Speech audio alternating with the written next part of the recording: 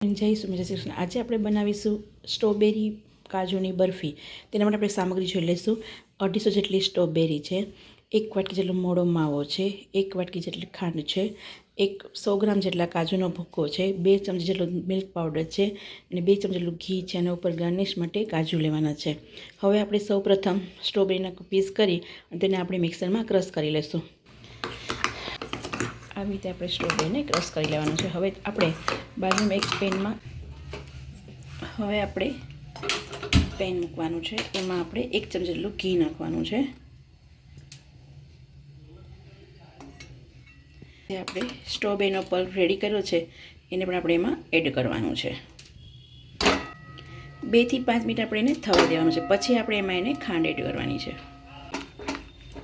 થોડું ઘી આપણે બાકી રાખવાનું છે કેમ કે ઉપર થઈ જવા આવે ત્યાં થોડું ઉપર પણ એને એડ કરવું પડશે। 2 મિનિટ આપણે થવા દઈશું અને પછી તેમાં આપણે હવે ખાંડ એડ કરશું। એકદમ ખદખદવા લાગ્યું। હવે આપણે એમાં 1 વાટકી ખાંડને મોળો માવો બંને એડ કરી દઈશું। હવે આપણે એમાં ખાંડ એડ કરી છે। હવે આપણે એને 2 મિનિટ માટે થવા દઈશું। ખાંડ ઓગળવા લાગે ને ખાંડનું પાણી થાય પછી આપણે તેમાં માવો અને આપણે કાજુનો જે ભૂક્કો રેડી કર્યો છે એ આપણે એમાં નાખશું। એનો ભૂક્કો રેડી કર્યો છે એને આપણે એમાં એડ કરશું અને જે આપણે માવો લીધો છે બંને સરખા ભાગે એને પણ આપણે એડ કરશું। જો કદાચ માવો ન હોય ઘરમાં હાજર તો તમે મિલ્ક પાવડર પણ તમે વધારે નાખી શકો છો। 2 ચમચી તો છે જ પણ છતાં પણ તમારા ઘરમાં માવો ના હોય તો તમે વધારે મિલ્ક પાવડર પણ નાખી શકો છો। હવે એને આપણે 5 થી 10 મિનિટ થવા દેવું જોશે ધીમા ગેસે।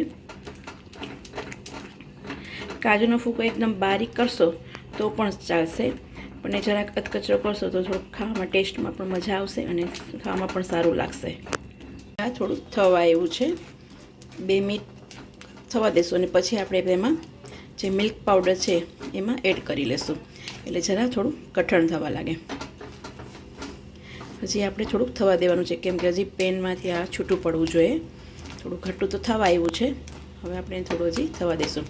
બાજુમાં આપણે એક પ્લેટમાં ઘી પણ લગાવીને રેડી કરશું। આવી રીતે ઘી લગાવી અને રેડી કરીને રાખી દેવાનું છે બાજુમાં અને જે ઘી વધ્યું છે તેને આપણે ઉપરથી એડ કરવાનું છે। હવે જે મિલ્ક પાવડર છે એને પણ આપણે એમાં એડ કરી દઈશું અને તેને આપણે હલાવશું। આને થતાં 5 થી 10 મિનિટ જેવું થશે। ધીમે ગેસે કરશો એટલે 15 મિનિટમાં તો આપણો બરફી છે એ રેડી થઈ જશે।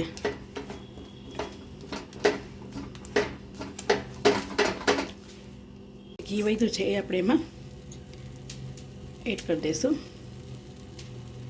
અને 2 મિનિટ આપણે એને હલાવી લઈશું। જો આપણા બરફી છે આપણી તૈયાર થવા આવી છે।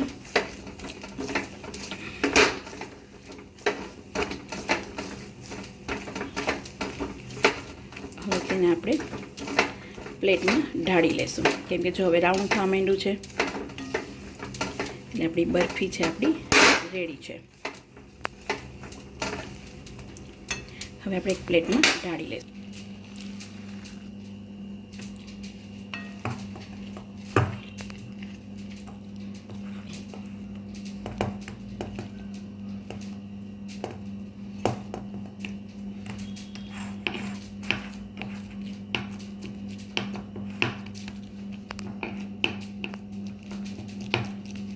કાજુથી આવી રીતે આપણે ગાર્નિશ કરી લઈશું અને તૈયાર છે આપણું સ્ટ્રોબેરી કાજુની બરફી।